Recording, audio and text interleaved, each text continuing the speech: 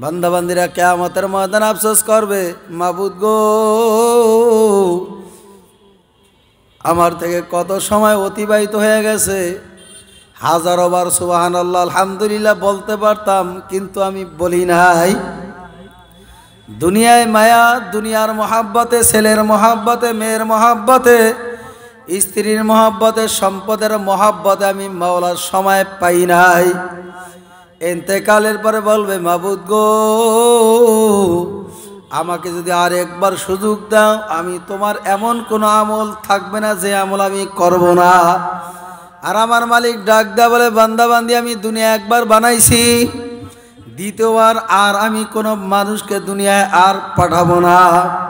তাহলে বোঝা গেল দুনিয়ার জিন্দিগি দেখতে না দেখতে শেষ হয়ে যাবে। আখিরাতের জিন্দিগি, পরকালের জিন্দিগি একবার শুরু হবে আর কোনোদিন শেষ নাই। কথা ঠিক না বে ঠিক? জোরে কর।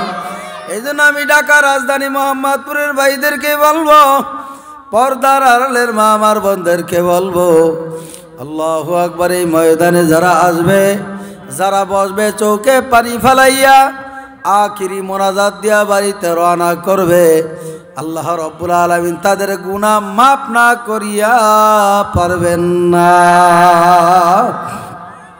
এজন্য যে বান্দা বান্দি দুনিয়ায় বসিয়া, মজলিসে বসিয়া, জিকিরের মজলিসে, ওয়াজের মজলিসে বসিয়া একবার সুবহানাল্লাহ আলহামদুলিল্লাহ আল্লাহু আকবার বলবে, সঙ্গে সঙ্গে আমার মাওলা জান্নাতের মধ্যে একটা গাছ রোপণ করিয়া দিবে।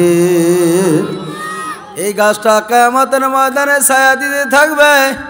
নাফরমান আল্লাহু আকবার মুমিন বান্দা বান্দি ইন্তেকালের পরে সূর্যের তাপ মুমিন বান্দার মাথায় লাগবে না, শরীরে লাগবে না। কিয়ামতের ময়দান আমার মাওলা তাদেরকেই ছায়া, এই গাছের দ্বারা ছায়া দান করবে। আল্লাহু আকবার। কিতাবের ভিতরে পাওয়া যায় 500 বছর পর্যন্ত দ্রুতগামী ঘোড়া যদি গাছের এক মাথা থেকে অপর মাথা দৌড় শুরু করে, এক গাছের এক মাথা থেকে অপর মাথা দৌড়েও শেষ করতে পারবে না। সুবহানাল্লাহ, জোরে কর। এজন্য আমি আমার বাবাদেরকে বলবো, পর্দালের মা আমার বোনদেরকে বলবো, এমন কোন সাহাবা একরাম নাই দিনের জন্য কষ্ট করে নাই, এমন কোন আল্লাহর ওলিরা নাই দুনিয়াতে আমার মাওলার ভয়, জাহান্নামের ভয় কান্দে নাই। আল্লাহর নবীর প্রিয় সাহাবী হযরত আইয়ুব আল্লাহু আকবার, আইয়ুব নবী, হযরত আইয়ুব আলাইহিস সালাতু ওয়াস সালামের কথা আমরা সবাই শুনছি। আইয়ুব আলাইহিস সালাতু ওয়াস সালাম ইন্তেকালের আগ মুহূর্তে হঠাৎ করিয়া অসুস্থ হয়ে গেল। আইয়ুব আলাইহিস সালাতু ওয়াস সালামের পুরা শরীর পছালাই গেল। আইয়ুব আলাইহিস সালাতু ওয়াস সালাম ডাক দেওয়ারে, মাবুদ গো আমার শরীরে পছালাই গাত দুর্গন্ধ হয়ে গেছে, আমার কোনো আফসোস নাই, আমার জবানটা ভালো, আমার জবান দিয়া যখন আমি আপনার নাম নিয়ে আল্লাহকে আল্লাহ বলিয়া ডাক দেই, আমি আইয়ুব আলাইহিস সালাতু ওয়াস সালামের পেটের ক্ষুধা পর্যন্ত নিবারণ হয়ে যায়। জোরে কন্যা সুবহানাল্লাহ।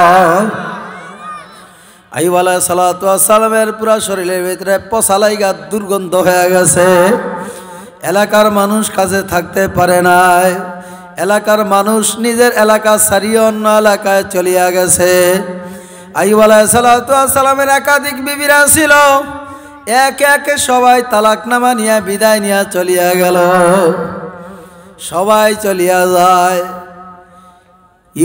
ইউসুফ আলাইহিস সালাতু ওয়াস সালামের কন্যা রহিমা আইয়ুব আলাইহিস সালাতু ওয়াস সালামের পায়ের কিনারায় বসিয়া বৈশা গুনগুন গুনগুন করিয়া কান্দে। আইয়ুব আলাইহিস সালাতু ওয়াস সালামের খেদমত করে।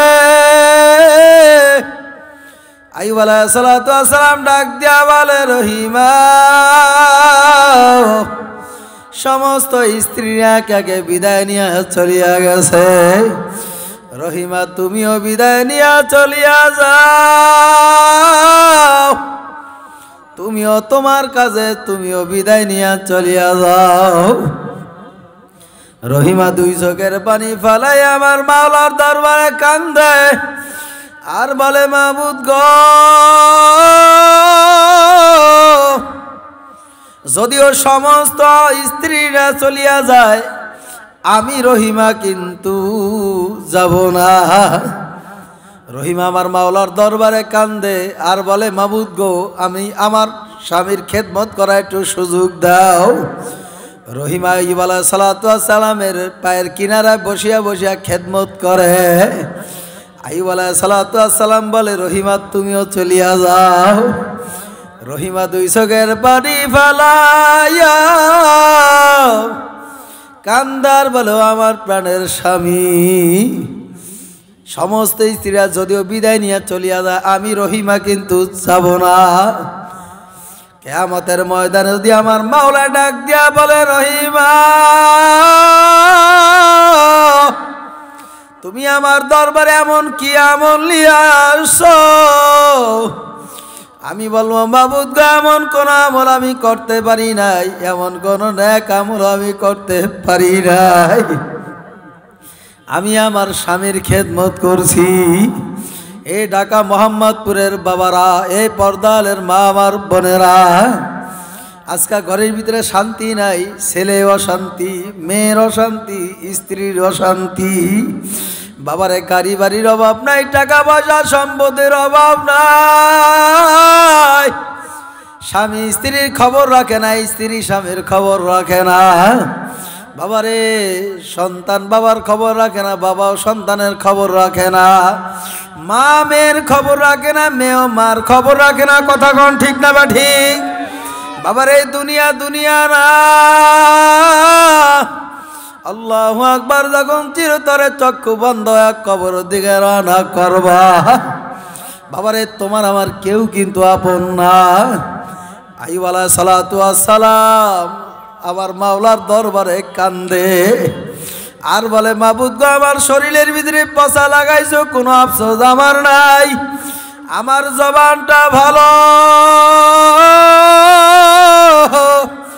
আমি যখন তোমার নামের জিকির করি, তোমার সিফাতির নাম নিয়ে যখন আমি ডাক দেই, আমি আইয়ুব আলাইহিস সালাতু ওয়াস সালামের পরানটা ঠান্ডা হয়ে যায়। আইয়ুব আলাইহিস সালাতু ওয়াস সালাম আমার মাওলার নামের গুণগান গাইতে আছে। আইয়ুব আলাইহিস সালাতু ওয়াস সালাম এত তৃপ্তি, এত মজা পায়, হঠাৎ করিয়া কয়েকদিন পরে আইয়ুব আলাইহিস সালাতু ওয়াস সালামের জিহ্বার মধ্যে পোকা লাগা গেছে। পোকায় কাট কট কট করে যখন কামড় মারে, আইয়ুব আলাইহিস সালাতু ওয়াস সালাম এখন ডাক দেয়া বলে মাবুদ গো, আমার শরীরের ভিতরে পোকা লাগাই দিছো, পচা লাগাইছো, দুর্গন্ধ হয়ে গেছে, আমার কোনো আফসোস ছিল না, আমার জবানটা ছিল ভালো, যখন তোমার নামের জিকির করতাম আমি আইয়ুব আলাইহিস সালাতু ওয়াস সালাম এত শান্তি পাইতাম, দুনিয়ার কোন মানুষকে বুঝানো যাবে না।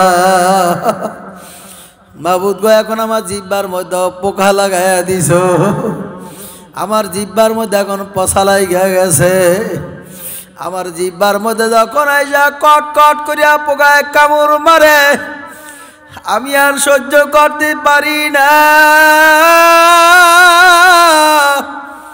এখন আর তোমার নামও আমি জবান দিয়া নিতে পারি না। এই ঢাকা মোহাম্মদপুরের বাবারা, পর্দালের মা আমার বোনেরা, আমার মাওলার পরিচয় নিয়ে তারপর আমার মাওলার কবরে যাওয়া লাগবে।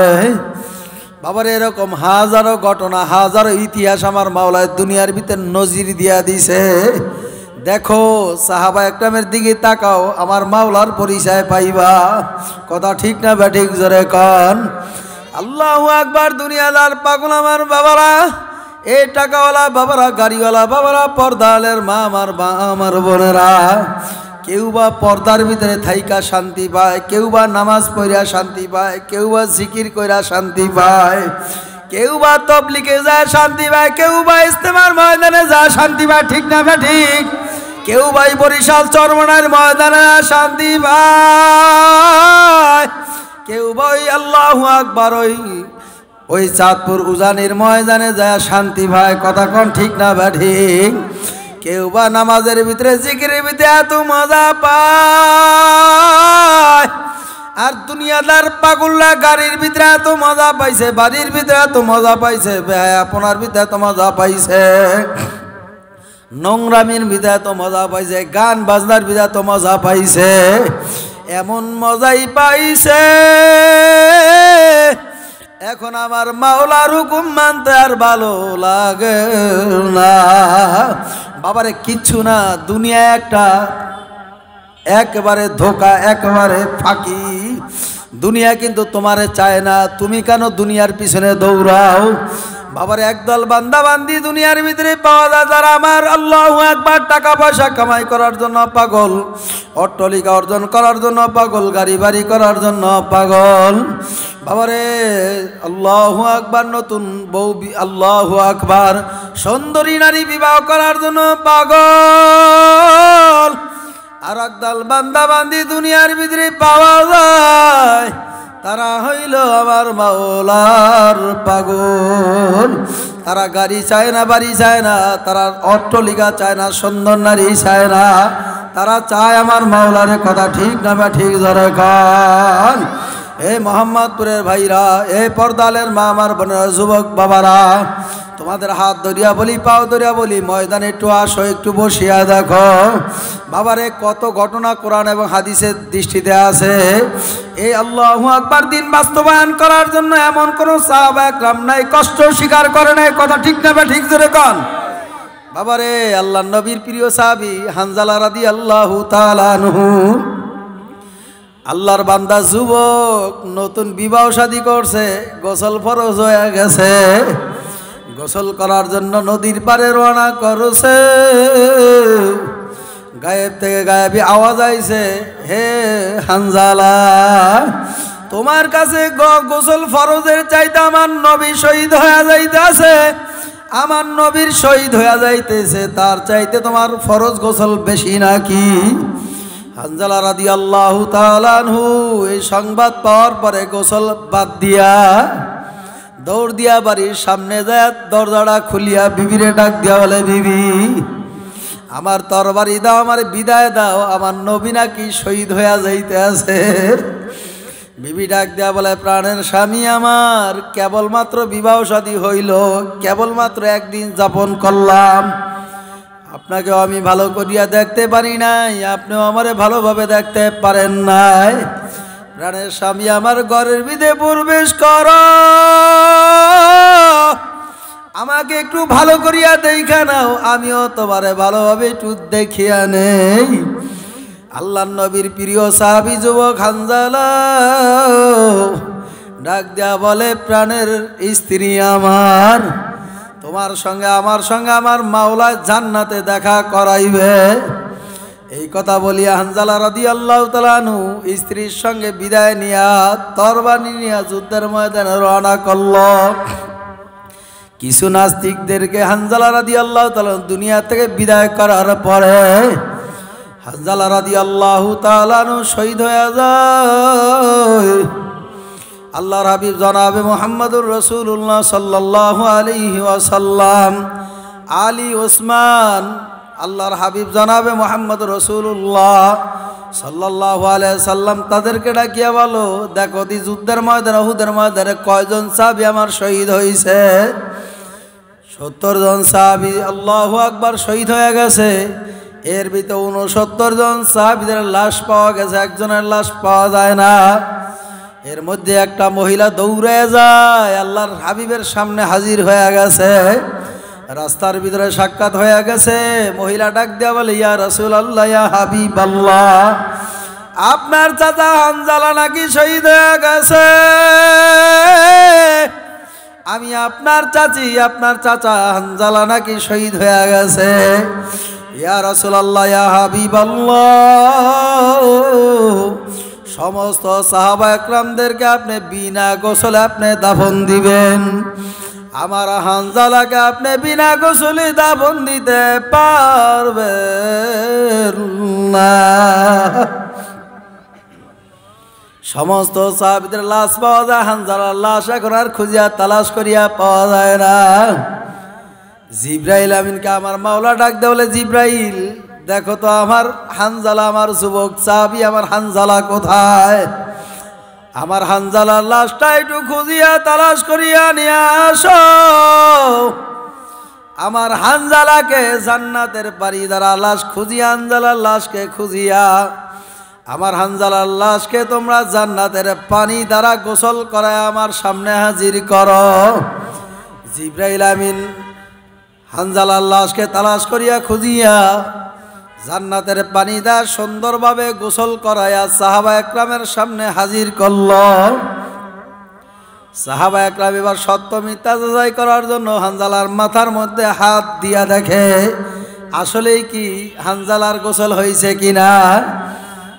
সাহাবা একরাম যখন হানজালার মাথার ভিতরে হাত দিয়া দেখে হানজালা রাদিয়াল্লাহু তাআলা আনহুকে যে জান্নাতের পানি দ্বারা গোসল করাইছে, হানজালা রাদিয়াল্লাহু তাআলা আনহুর মাথা থেকে ওই টপ টপ টপ টপ করে জান্নাতের পানি পড়তে আছে। আল্লাহু আকবার, জোরে কর। বাবারে, এমন কোন সাহাবা একরাম নাই কষ্ট করে নাই। আল্লাহর হাবিবের প্রিয় সাহাবী হানজালা নতুন বিবাহ শাদী করার পরেও নবীজি শহীদ হইয়া যাবে সংবাদ শুনিয়া নিজের স্ত্রী ফালাইয়া, নিজের মায়া মোহাব্বত ফালাইয়া যুদ্ধের ময়দানে যায় শহীদ হয়ে গেছে। আর আজকে মোহাম্মদপুরে জামিয়াতুস সুন্নাহ ইসলামিয়া মাদ্রাসার মাহফিল হইছে। দিনের আলোচনা হবে, হক্কানি ওলামা একরাম আসবে, আল্লাহর ওলিদের পদধ্বনি এখানে হবে। যাদের চেহারা দেখলে আমার মাওলা সগীরা গুনাহগুলা পর্যন্ত মাফ করিয়া দেয়। আল্লাহু আকবার। এরপর আওয়াজ মাহফিল আমার ভাইদেরকে পাওয়া যায় না। এ আমার যুবক ভাই, এ মোহাম্মদপুরের বাবারা, পর্দালের মা আমার বোনেরা, মুরব্বী বাবারা, তোমার আমার জন্য জীবনের শেষ মাহফিল হইতে পারে। ওয়াবতাগু ইলাইহিল ওয়াসিলা, কিয়ামতের ময়দানে এটা একটা ওসিলা হয়ে দাঁড়াইতে পারে।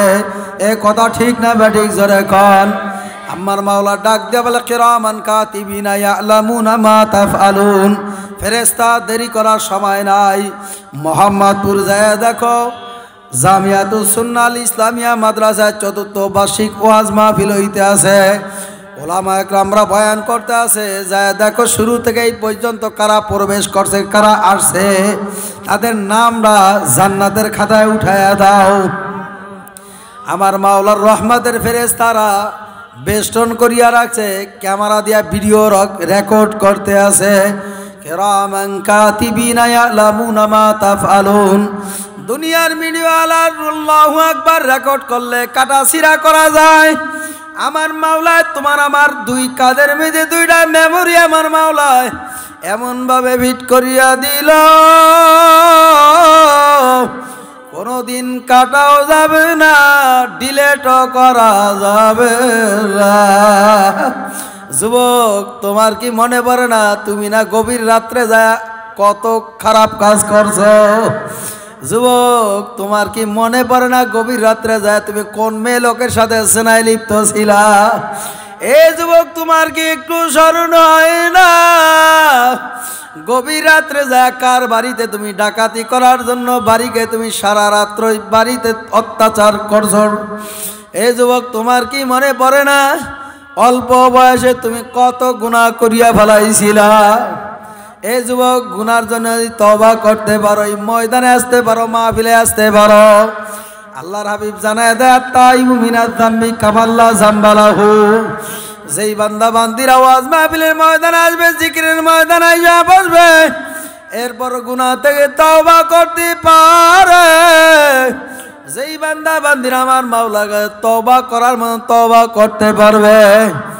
আল্লাহর হাবিব জানায় দেয় আত-তাইবু মিনাজ যামবি কামাল্লা জামবালাহু। একটা সন্তান যেরকম মায়ের গর্ভে থেকে ভূমিষ্ঠ হয়ে দুনিয়া আসে, তার যেরকম কোনো গুনাহ নাই, তার আমলনামায় যেরকম কোনো গুনাহ নাই, এই ময়দানে যারা আসবে, যারা তওবা করবে, এই ময়দানে যারা আইসা মাপ চাইবে, দুই চোখের পানি ফালাইয়া আমার মাওলা দরবারে বলবে মাবুদ গো ফেলাইছি, অন্যায় করিয়া ফেলাইছি, আপনি আমারে মাফ করিয়া দেন। গলাটা টানে একটু। যদি আমার মাওলার কাছে তওবা করার মতন তওবা করতে পারো, আমার মাওলার কাছে মাপ চাওয়ার মতন মাপ চাইতে পারো, আল্লাহর হাবিব উদাহরণস্বরূপ বলে একটা গাভীর বান্ধব থেকে দুধ দহন করার পরে যেরকম ওই দুধটা আবার গাভীর বান্দর ভিতরে ওলানের ভিতরে যেরকম আবার ঢুকানো অসম্ভব হয়ে যায়, সম্ভব না অসম্ভব, যেরকম ওই দুধ আবার গাভীর বান্দর ভিতরে যেরকম ঢুকানো যেরকম অসম্ভব হয়ে যায়, আমার যেই বান্দা বান্দিরা গুনাহ করার পরে আমার মাওলার কাছে যখন তওবা করে, আমার বান্দা বান্দিরা যখন মাপ চায়, আমার মাওলা ডাক দেয়া বলে তোদেরকে আমি মাপ না করিয়া পারি না।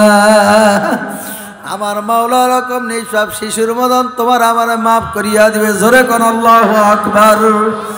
এজন্য আমি আমার বাবাদেরকে বলবো, তোমাদের জন্য কত সুন্দর আয়োজন করছে জামিয়াতুল সুন্নাহ আল ইসলামিয়া মাদ্রাসার মুহতামিম মাওলানা কামালউদ্দিন দামাত বারকাতুহুম। এই ছাত্রদেরকে নিয়ে কত এতিম ছাত্র এই মাদ্রাসায় লেখাপড়া করে, ওস্তাদদেরকে নিয়ে আপনাদের জন্য এত সুন্দর একটা বাগান সাজাইছে। একটুই ময়দানে আসিয়া বসিয়া থাকো, একটু চোখে পানি আসে কিনা। আমার মাওলার কাছে একটু কান্দো, যদি কান্না না আসে একটু কান্নার ভাব ধরো। ইউবুকু ইউবুকু ফাইল্লাম তাবকু ফাতাবাকু, হে আমার উম্মতেরা, ঘর পুড়িয়া গেলে চোখে পানি আসে, বিল্ডিংয়ে আগুন লাগিয়া গেলে পানি আসে, ব্যবসায় লস হয়ে গেলে পানি আসে, মা মারা গেলে চোখে পানি আসে, ছেলে মারা গেলে চোখে পানি আসে, মেয়ে মারা গেলে চোখে পানি আসে, বন্ধু মারা গেলে চোখে পানি আসে। আর তোমার আমার জন্য যে জাহান্নামের আগুন জ্বলিয়া রইছে, তোমার আমার চোখের পানি ছাড়া বুঝি ঠান্ডা হবে? এ আল্লাহর বান্দারা, পর্দালের মা আমার বোনেরা, কেমনে বুঝাবো, কিভাবে বুঝাবো? যদি না বোঝো হাজারো বার বুঝাবো। বাবার এরপর গুনার কাজ করিও না। যদি গুনাহ করো তুমি আযাব সহ্য করতে পারবা না, একটু পরীক্ষা করিয়া দেখো। আমাদের থেকে 9,30,00,000 মাইল দূর সূর্য, এই সূর্য যখন রোদ দেয়, তাপ দেয়, গরম দেয়, বাবারে কেউ সহ্য করতে পারি না। এ আল্লাহর বান্দারা, পর্দালের মা আমার বোনেরা, যখন আমার মাওলাই 12টা সূর্য যখন কিয়ামতের ময়দানে তোমার আমার মাথার সাত মাথার উপরে যখন এই 12টা সূর্য তোমার আমার মাথার উপরে যখন উপুত করিয়া ছাড়িয়া দিবে, এই সূর্যের গরমে মাথার মজকগুলা বাতের মতন টকবক টকবক করিয়া উতরাইতে থাকবে। বাবারে কেমনে সহ্য করবি? দুনিয়ার আগুনে হাত লাগলে হাত পুড়িয়া যায়, পাও লাগলে পাও পুড়িয়া যায়, শরীরে কোনো অঙ্গে লাগলে অঙ্গ পুড়িয়া যায়। একটা মোমবাতি জ্বালাইয়া একটু পরীক্ষা নিরীক্ষা করিয়া দেখো, সহ্য করতে পারি না। আমার মাওলায় কালামে মাজিদের মধ্যে জানায় দেয়, নারুল্লাহিল মুকাদাতুল্লাতি তাত্তালিউ আলাল আফইদা, দুনিয়ার আগুনের চাইতে বাবারে 70 গুণ তেজের আগুন হবে জাহান্নামের আগুন।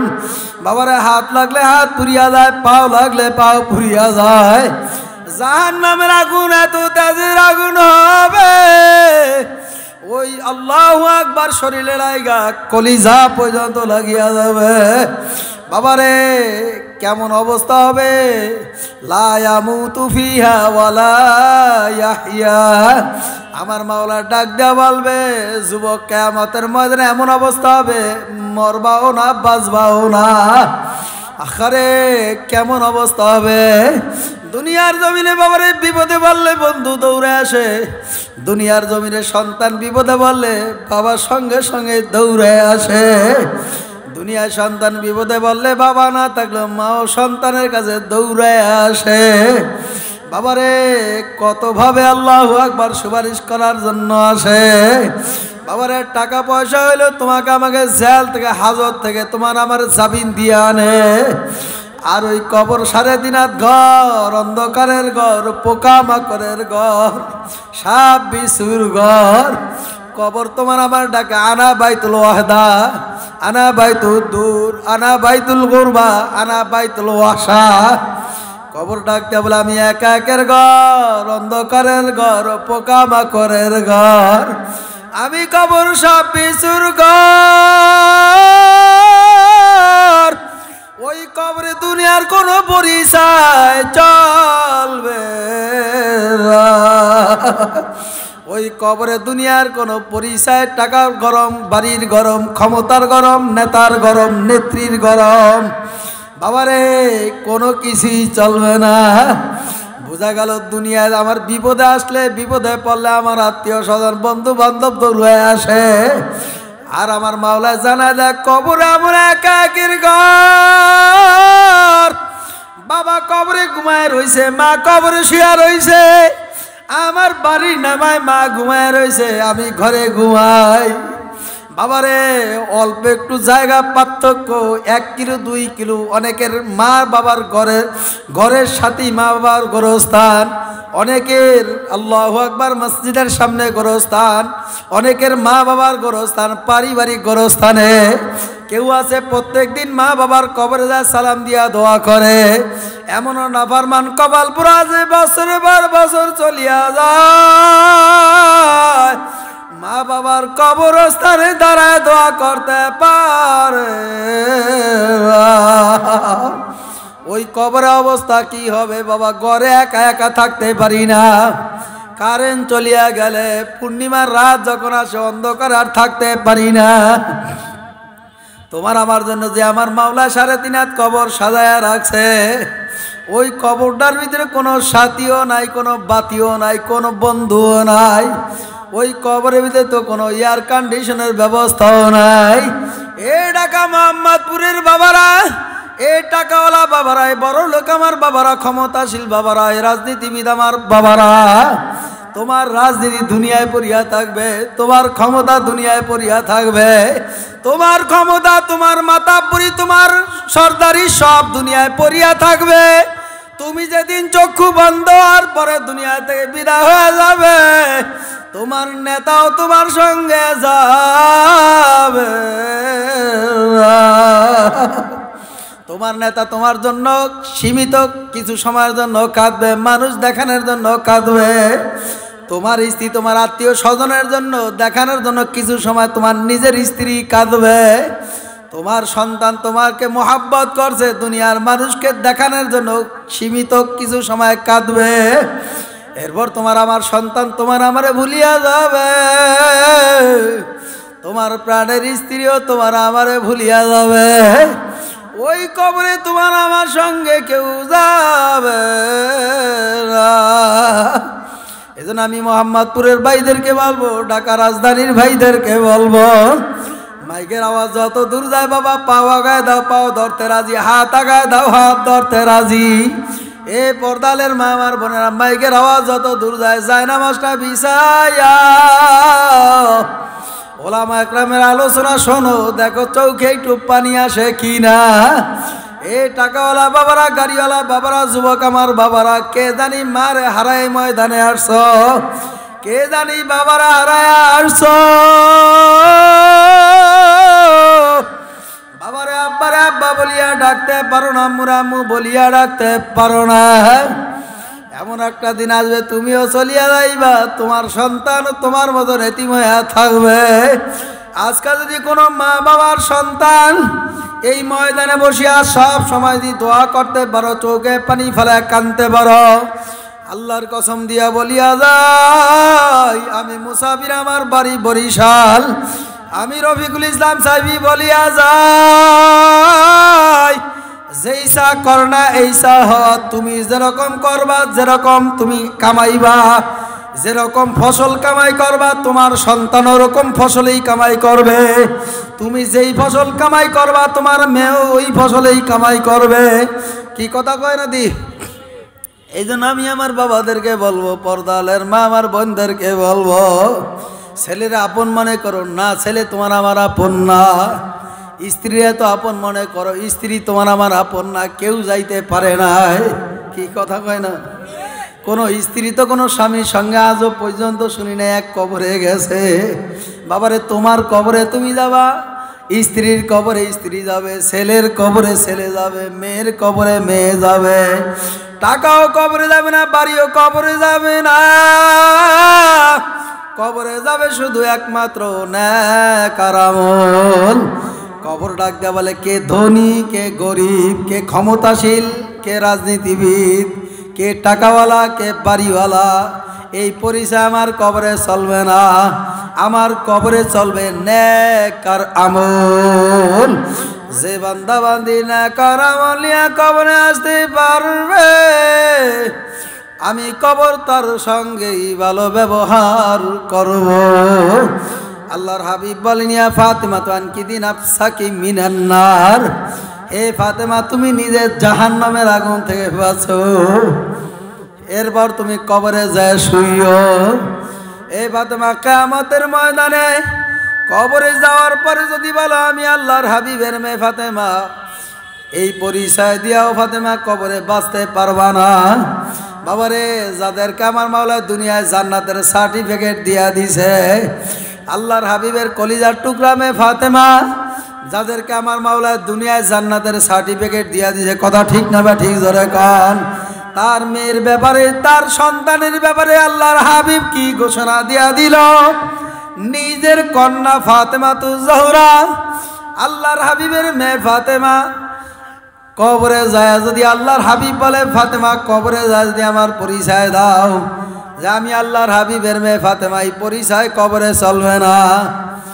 ফাতেমা কবরে যদি বলো আমি আল্লাহর হাবিব, আল্লাহু আকবার, আমি আলীর স্ত্রী, এই পরিচয় কিন্তু কবরে চলবে না।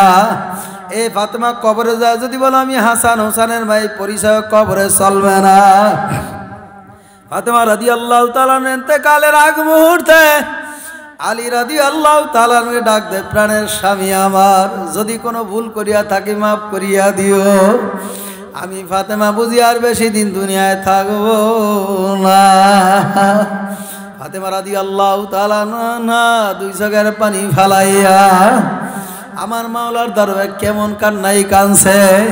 ফাতেমা রাদিয়াল্লাহু তাআলা নিজের স্ত্রী, নিজের স্বামীকে ডাক দেয়া বলে, আলী আমার কিছু ওসিয়ত তোমার মানা লাগবে। এ আমার কলিজার টুকরা স্বামী, শুনিয়া লাও, আমার ইন্তেকালের পরে আমার লাশটা যেন কেউ না দেখতে পারে, আমার জানাজায় যেন বেশি লোক যেন হাজির না হইতে পারে, যারাই তোমরা থাকবা আত্মীয় স্বজন তারাই যেন আমার দাফন কাফন দিয়ে আমারে বিদায় দেয়। কারণ আমার ইন্তেকালের পরে যদি এলাকার মানুষ শোনে, কত সাহাবা একরাম দৌড়ে আসবে, ফাতেমা আল্লাহর হাবিবের মেয়ে দেখা সেই কেমন। কত সাহাবা একরাম স্ত্রীরা আসবে, চলো দেখা সেই ফাতেমার চেহারা মরার পরে কেমন, জীবিত থাকা অবস্থায় কেমন। এজন্য আল্লাহর হাবিবের মেয়ে কলিজার টুকরা মেয়ে ফাতেমা, তার কলিজার টুকরা আল্লাহু আকবার স্বামী আলীকে ওসিয়াত করিয়া যায়, আমার ইন্তেকালের পর আমার চেহারাটা যেন কেউ না দেখতে পারে। বাবারে, তাদের অবস্থা, তাদের জীবনের দিকে একটু তাকায় দাও, জিন্দিগি তালাশ করিয়া দেখো, তাদের জিন্দিগি আর তোমার আমার জিন্দিগি কোনদিন বুঝি সমান হইতে পারবে। এরপর আল্লাহর হাবিবের মেয়ে কলিজার টুকরা ফাতেমা রাদিয়াল্লাহু তাআলা আনহা ডাক দেয়া বলে, আমার কলিজার টুকরা স্বামী, আমার ইন্তেকালের পরে বেশি দেরিও করা যাবে না, মাইকিনও হবে না, কোনো ঘোষণাও হবে না, আমাকে কবরে রাইখা আসবা। এরপরে আল্লাহর হাবিবে কলিজার টুকরা মেয়ে ইন্তেকালের পরে এখন কে কবর খনন করবে? এরকম লোক, এরকম আল্লাহওয়ালাও পাওয়া যায় না। আলী রাদিয়াল্লাহু তাআলা আনহু পেরেশানি পইরা গেল, আমার স্ত্রী আমার ফাতেমার কবর কে খনন করবে? এর মধ্যে আবু যার গিফারি রাদিয়াল্লাহু তাআলা আনহু আল্লাহর হাবিবের আল্লাহু আকবার আলীর সঙ্গে সাক্ষাৎ হয়ে গেছে। ডাক দিয়া বলে, আবু যার গিফারি, আমার ফাতেমার কবর কে খনন করবে? আবু যার গিফারি রাদিয়াল্লাহু তাআলা আনহু ডাক দিয়া বলে, আমি করব। আবু যার গিফারি রাদিয়াল্লাহু তাআলা আনহু কবর খনন করা শেষ, কমপ্লিট হয়ে গেছে। ফাতেমার কবর, আল্লাহু আকবার, ফাতেমাকে যখন কবরে রাখবে, অটোমেটিক কবরের মাটির জবান খুলিয়া গেল।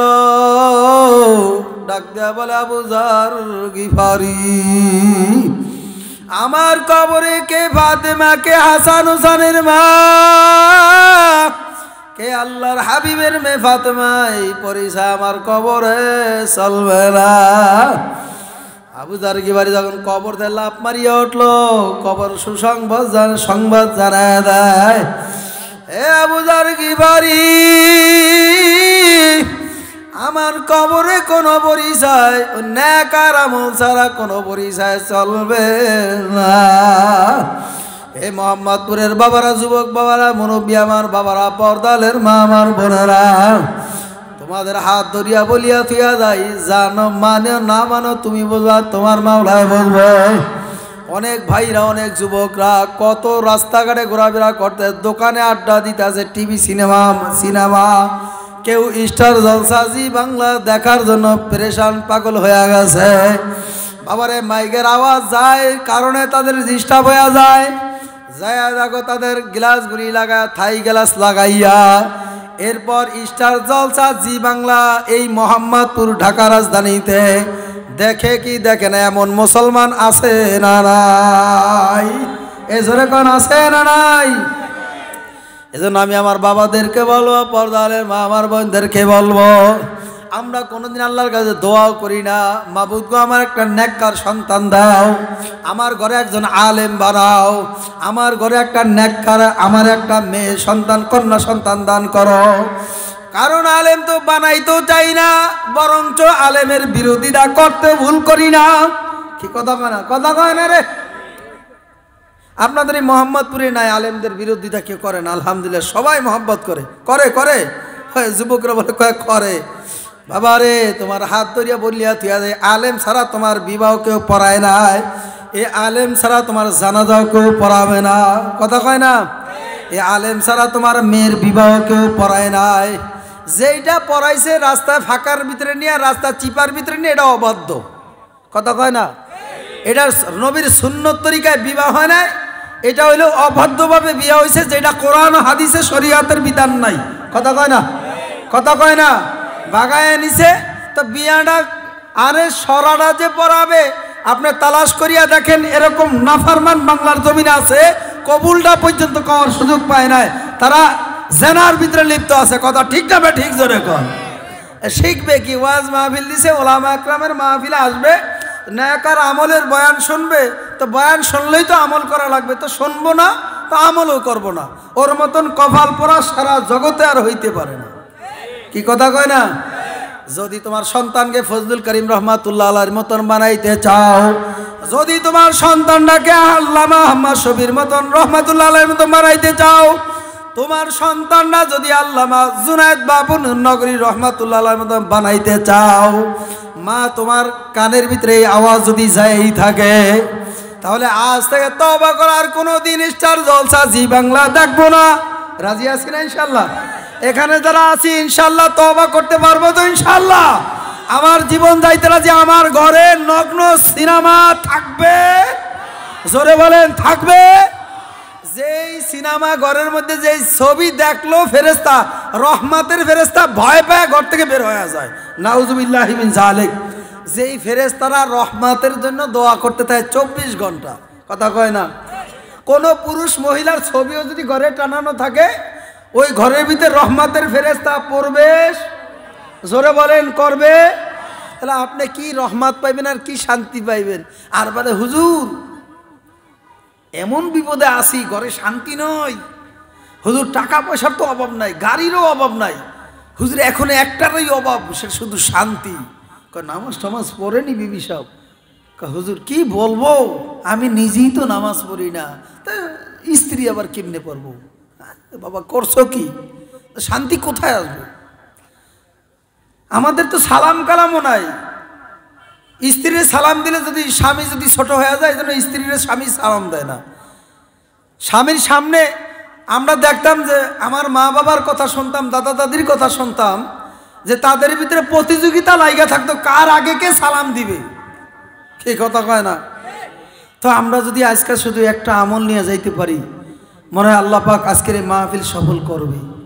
ইনশা, জোরে বলেন। তাহলে আজ থেকে ইনশাল্লাহ একটা আমল করব, সেই আমলটা হইল আমি আমার স্ত্রীর আগে সালাম দিব। কত ভয় পাইছেন বুঝি?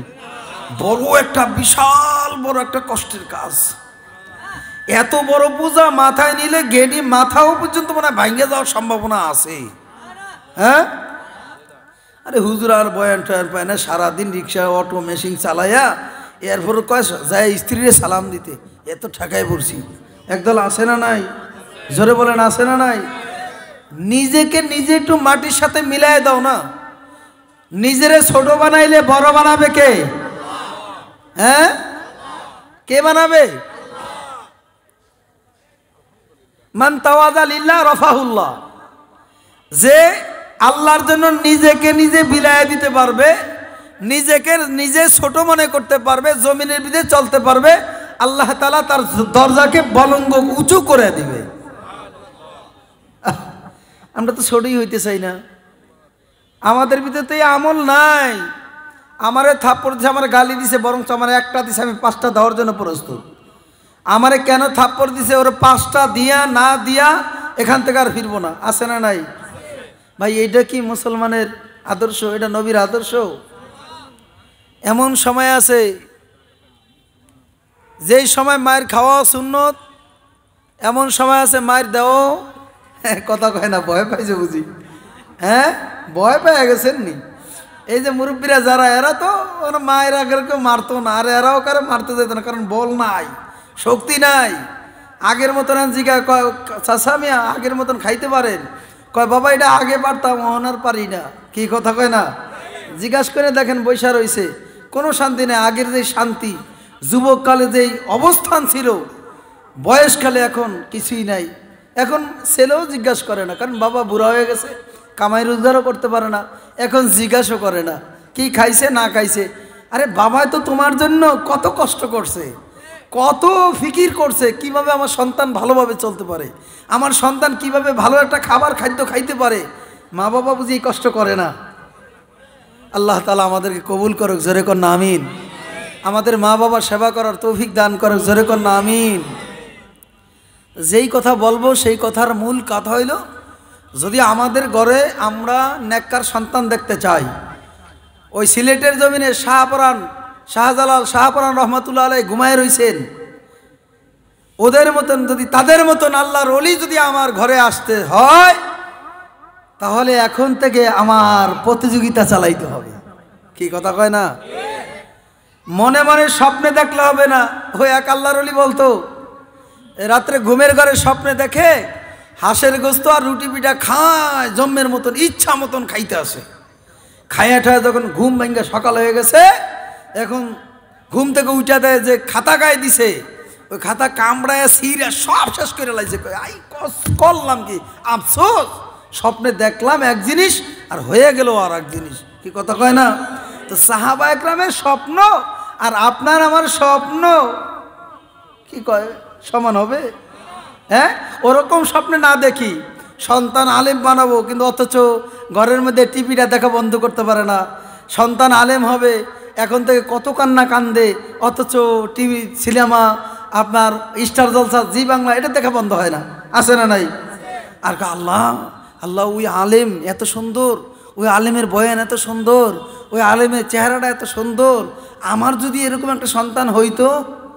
তুমি মা শুইনা রাখো, কিয়ামত পর্যন্ত তোমার ভিতরে এই তামান্না জাগবে, কিন্তু তুমি কোনোদিন কাজে পরিণত করতে পারবা না। কি কথা কয় না দি? হ্যাঁ, পরিণত হবে। এখন থেকে তুমি তওবা করো। যখন সন্তান গর্ভে আসবে তখন কোরআন তেলাওয়াত চালু করে দাও। ঘরের ভিতরে কোরআন তেলাওয়াত, জিকির আজকার, নামাজ। দেখবেন আলেমদের স্ত্রীরা যখন নামাজ পড়ে, আলেমদের ছোট ছোট মেয়েরা থাকলে মা কিভাবে নামাজ পড়ে, যেই ঘরে নামাজ হয় দেখবেন ছোট ছোট বাচ্চারা, ছেলে হোক মেয়ে হোক, মা কি কয়, মার ঠোঁটের দিকে তাকায় থাকে। কথা কয় না? মা যখন নিয়াত বান্দা আল্লাহু আকবার, সন্তানও মার চেহারার দিকে তাকায় নিয়াত বান্দা আল্লাহু আকবার। মা যখন নামাজে নিয়াত বান্দে আল্লাহু আকবার, ছোট নাবালক শিশু মেয়েটা, কন্যা সন্তানও মার চেহারার দিকে মুস্কি মুস্কি হাসে আর ঠোঁট দুইটা নাড়াইতেছে, মনে হয় মার মতনই নামাজ আদায় করে। অথচ এই শিশু বাচ্চা কিছু জানে না। এই বাচ্চা তো শুধু মায়ের চেহারার দিকে তাকায় তাকায় ঠোঁট নাড়ায়ার নারায়ার মা যেইভাবে করে মা রুকু দিলে রুকুতে যায়। কি কথা কয় না? বাবা তুমি যে সিনেমা দেখো, টেলিভিশন দেখো, স্টার জলসা, জি বাংলা দেখো, তোমার দেখা দেখিও ছোট বাচ্চারা ওই স্টার জলসা জি বাংলার দিকে তাকায় থাকে। কথা কয় না? সত্য না মিথ্যা? যে ইচ্ছা করে না ইচ্ছা যেরকম করবা তেরমই ফল পাইবা, তেমনই ফল পাইবা, কোনো সন্দেহ নাই। কথা কয় না? এই জন্য আমি যদি আমার ঘরে নেককার সন্তান বানাইতে চাই, তাহলে ওই হযরত খাজা মঈনুদ্দিন চিশতি রহমাতুল্লাহ আলাইহির মা সব সময় দোয়া করতেন। সব সময় যখন খাজা মঈনুদ্দিন পেড়ে আসছে তখন থেকেই আলহামদুলিল্লাহ জায়নামাজ বিছায় কান্নার রোল শুরু হয়ে গেছে। সব সময় কাঁদতো, মাবুদ গো আমার ঘরে যে সন্তান দিছো তোমার অলি না বানায়া দুনিয়ায় পাঠায়ও না। খাজা মঈনুদ্দিন চিশতির মা এমন ভাবে আমার মাওলার কাছে তওবা করছে, এমন ভাবে জায়নামাজ বিছায়া কান্নাকাটি করছে, খাজা মঈনুদ্দিনের মার দোয়া আমার মাওলা কবুল কইরা ফেলাইছে। খাজা মঈনুদ্দিনের ভাই এমন ভাবে দোয়া করছে আর বলছে, মাবুদ গো আমার গর্বে যেই সন্তান মঈনুদ্দিনকে দিছ, আমার এই মঈনুদ্দিনকে তোমার ওলি না বানায়া দুনিয়ায় পাঠায়ো না।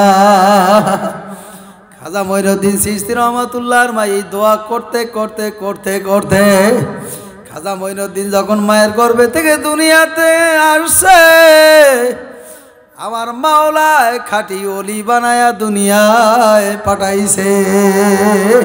এ কথা ঠিক না ব্যাটিক জরে গন? খাজা মঈনুদ্দিন চিশতি যখন দুনিয়ায় আসলো, যখন বুঝের হয়ে গেল, অল্প বয়স খাজা মঈনুদ্দিন চিশতি বাবারে দিনের দাওয়াত নিয়ে চলিয়া গেছে।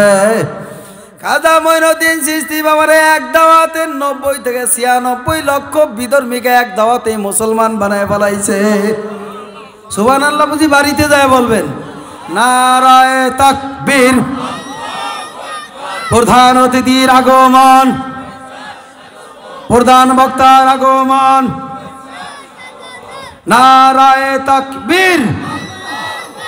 আল্লামা মুফতি আব্দুর রাজ্জাক কাসেমী সাহেবের আগমন, শুভেচ্ছার স্বাগতম। আজকের মাহফিল সফল হোক, সফল হোক, কবুল হোক, কবুল হোক। নারায়ে তাকবীর। এই জন্য আমি আমার বাবাদেরকে বলবো, পর্দালের মা আমার বোনদেরকে বলবো, খাজা আল্লাহু আকবার মঈনুদ্দিন চিশতি যখন দুনিয়াতে আসলো, আসার পরে বাবার দিনের দাওয়াত নিয়ে যখন রওনা করলো, খাজা মঈনুদ্দিন চিশতি এক দাওয়াতে 90 থেকে 96 লক্ষ বিধর্মী এক দাওয়াতে কালিমা পড়া মুসলমান হয়ে গেছে।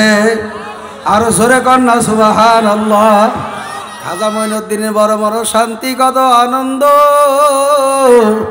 খাজা মঈনুদ্দিন বড় আনন্দ নিয়ে এখন বাড়িতে ফিরিয়া যায়। মায়ের কাছে যায় বলে, আম্মু আমি মঈনুদ্দিনের মনটা বড় আজকা আনন্দ। খাজা মঈনুদ্দিনের মা ডাক দিয়া বলে, বাবা এত আনন্দ কেন, একটু জানতে মন চায়। মা আজকে আমি এক দাওয়াতে 90 থেকে 96 লক্ষ বিধর্মী এক দাওয়াতে কালিমা পড়ি আমার হাতে বায়াত গ্রহণ করে মুসলমান হয়ে গেছে। খাজা মঈনুদ্দিনের মা ডাক দিয়া বলে, মঈনুদ্দিন রে, এইটা তোর কোনো কারামত না, এটা তোমার কোনো যোগ্যতা নাই। খাজা মঈনুদ্দিন চিশতি ডাক দিয়া বলে, আম্মু তাহলে এটা কার যোগ্য, কার এইটা একটু জানতে মন চায়। এই কারামতিটা কার, এই যোগ্যতাটা কার, এই অবদানটা কার? খাজা মঈনুদ্দিনের মা ডাক দিয়া বলে, মঈনুদ্দিন রে, এইটা হলো আমি মায়ের অবদান। খাজা মঈনুদ্দিন ডাক দিয়া বলে, আম্মু কি অবদান একটু আমার জানতে মন চায়, যদি বলতেন।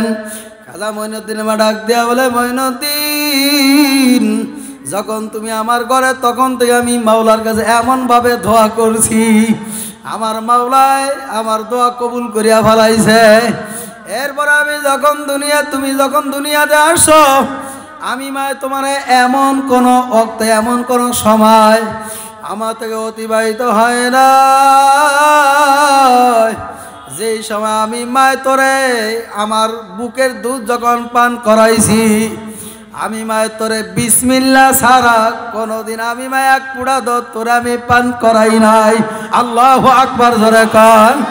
মাইনুদ্দিনের মা ডাক দিয়া বলে, মাইনুদ্দিন, আমি মায় তোরে যত আমার বুকের দুধ পান করাইছি, আমি মায় কোনোদিন তোরে অজু ছাড়া কোনোদিন আমি মা এক ফুটা দুধও কোনোদিন পান করাই নাই। এটা তোর কোনো অবদান নাই, এটা আমি মায়ের অবদান। কথা ঠিক না বেঠি জোরে কন। এই জন্য আমি আমার বাবাদেরকে বলবো, পর্দালের মা আমার বোনদেরকে বলবো, এ আল্লাহর বান্দারা, পর্দালের মা আমার বোনেরা, শীতকালে দেখবেন মসজিদ একটু খালি খালি থাকে। অন্য অন্য ওয়াক্তে যেরকম হয় না কেন, ফজরের সময় মুসল্লিদের একটু কেমন জানি আলিস্বামী লাগে। কথা কয় না?